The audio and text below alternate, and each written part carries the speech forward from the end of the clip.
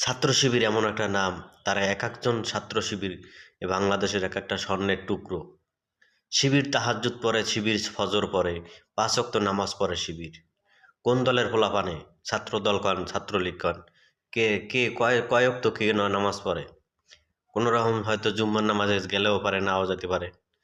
আর মেয়েদের সাথে দেখবেন প্রত্যেকটা দলের ছাত্ররা মেয়েদের সাথে অপকর্মের সাথে লিপ্ত আছে।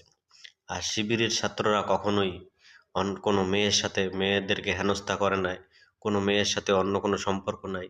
শিবির একমাত্র আল্লাহকে ভয় পাওয়ার ছেলে, আর কাউকে ভয় পায় না। তারা নামাজ পড়ে, তাহাজ্জুদ পড়ে, রাত গভীর হয় তখন তারা তাহাজ্জুদ নামাজ পড়ে, নফল নামাজ পড়ে। আর যে প্রত্যেকটা বিশ্ববিদ্যালয়ে তারা যে জিতছে, এটাও আল্লাহর রহমত। তো সুতরাং শিবির নিয়ে এত বাড়াবাড়ি করার দরকার নাই। শিবিরের উপরে আল্লাহর রহমত আছে বলেই শিবির এত আগায় গেছে। তো অনেকে করে কি কৌশল, কি কি করে তারা, এত এরকমের কেমনে পারে? এগুলো আসলেই আল্লাহর রহমত।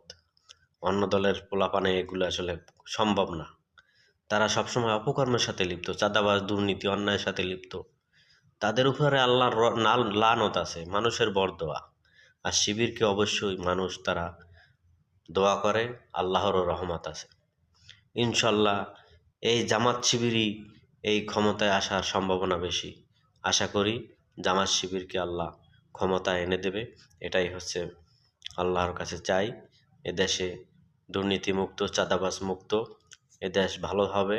এদেশের একদম হযরত ওমরের মতো এদেশের শাসক হবে ইনশাল্লাহ। আমরা মনে করি যে গরিব তার কাছে গিয়ে খাবার পৌঁছে দিয়ে আসবে, গরিবের এই হক নষ্ট করবে না।